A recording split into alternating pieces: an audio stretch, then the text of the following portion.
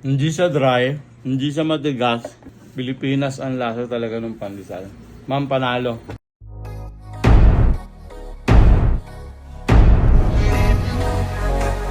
Ako na ngayon ang taga-bili nun ng kape.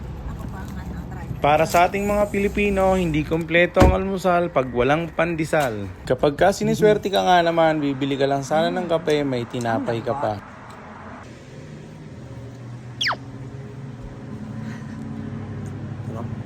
Dahil kinain niya na yung isa, kakainin ko natin dalawa.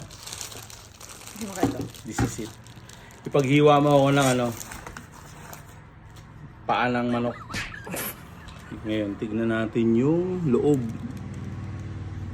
Grabe! Nakita nyo? Alam nyo ba yung pandesal sa Pandi Manila? Ito Pandi Canada. Mami, banat.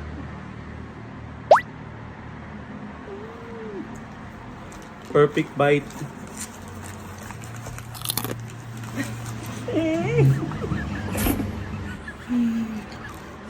Harap.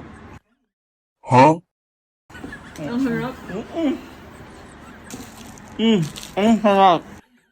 Huh? Ito, ma'am. PM lang kayo, sikreto niya sa pandesal. Ma'am, vlog ko to ha. Thank you po. Salamat.